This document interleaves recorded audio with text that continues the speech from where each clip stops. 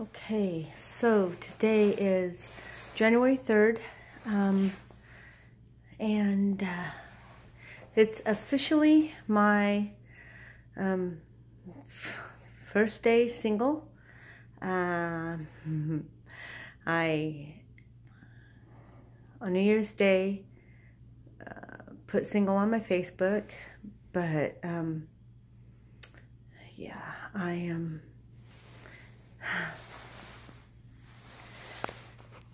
I don't know. Wow. So, anyhow, wow, I'm going to do this without crying. Okay, so, it's a new year. It's a new day. It's a new, new everything.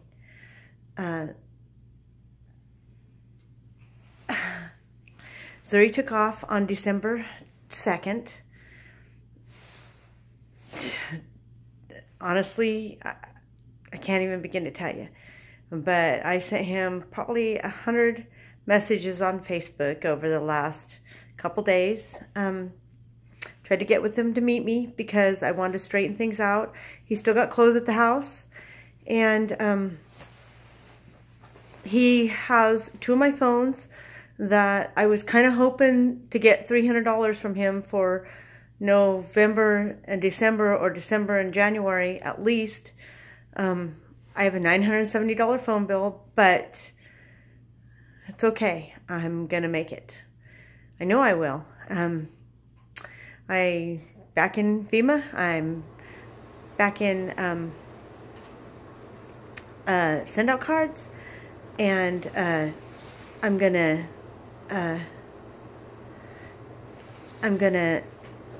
yeah, I dyed my hair. It's just driving me crazy. It's like I'm looking at myself. I was like, wow, the gray's gone, and I feel better physically. My arms starting to get better. It's been a bad day. I slept really bad last night, and I was really sick today. Sick, like throw up sick. I'm feeling better now. I just got to the motel, and so I'm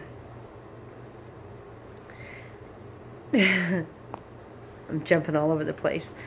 I got so much going on in my head this last month. I have Justin there, I have Trinity there, and I haven't been in as much emotional pain as when he's left in the past, because I was in a predicament where I was desperate to get him back because the animals were suffering and it was killing me. So I begged. I'd beg him and I'd get him back. And it's just been a lot easier this time. I'm not going through that kind of stress, and it's allowed me to think about all that he's put me through. And he's so cocky. Like, messaging him last night, I don't have anything to say, Johnny. You know, he's waiting for me to beg him back, and he's like, I don't have anything to say. Man, he had a good woman here. He had a good woman. Never cheated on him, never lied to him, never. I worked hard all the time at building a relationship, and I'm seeing so much now. So much that we had, you know, from start to the beginning of our relationship. You know, he got that brand new car. I had my Cobalt. Man, we were gonna do good things, and it's just like constant fighting. And I think about what he put me through in Arizona. To me, that trip was going to save our relationship because of the people that we were going to go be around. All the inspirational Bob Proctor, and just the people that believe in God, people that have good, solid relationships. I was so looking forward to it.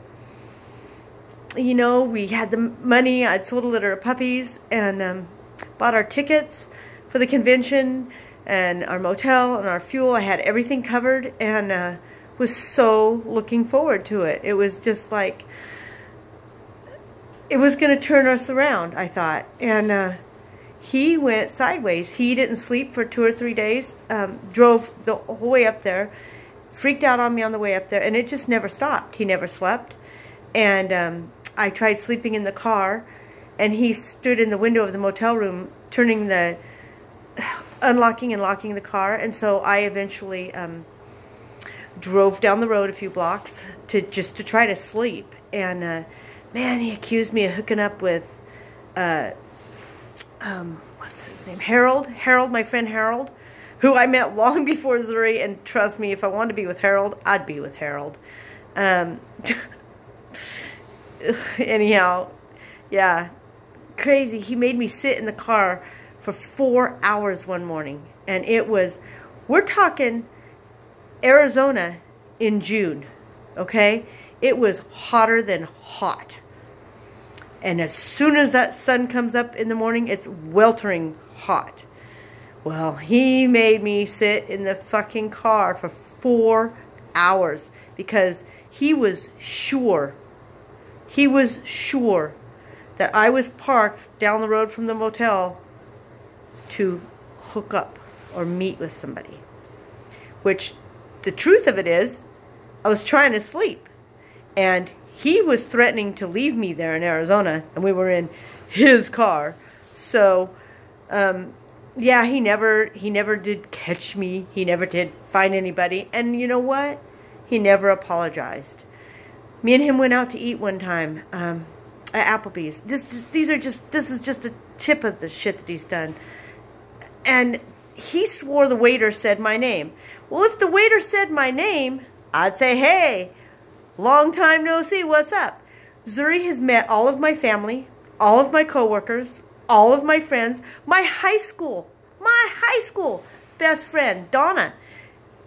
I never hid Zuri from nobody. I posted him all over my Facebook page.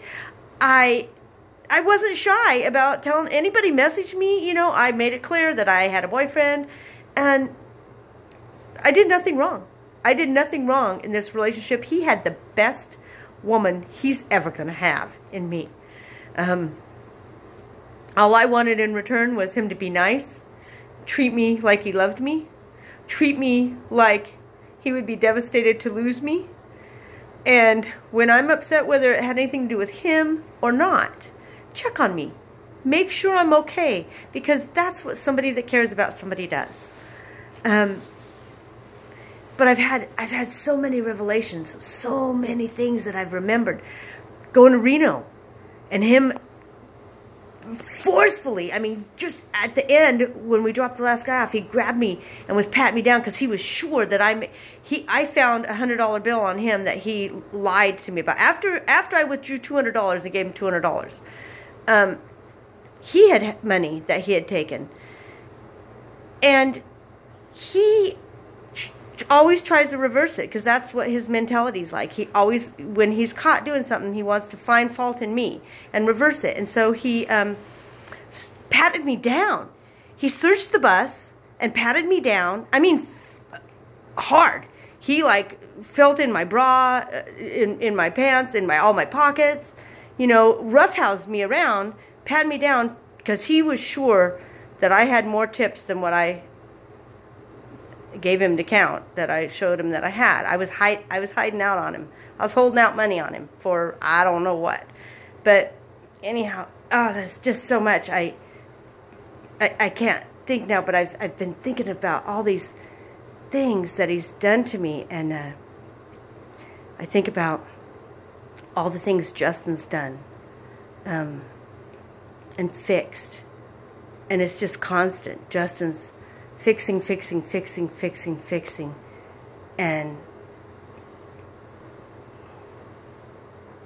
oh man, I just don't even know.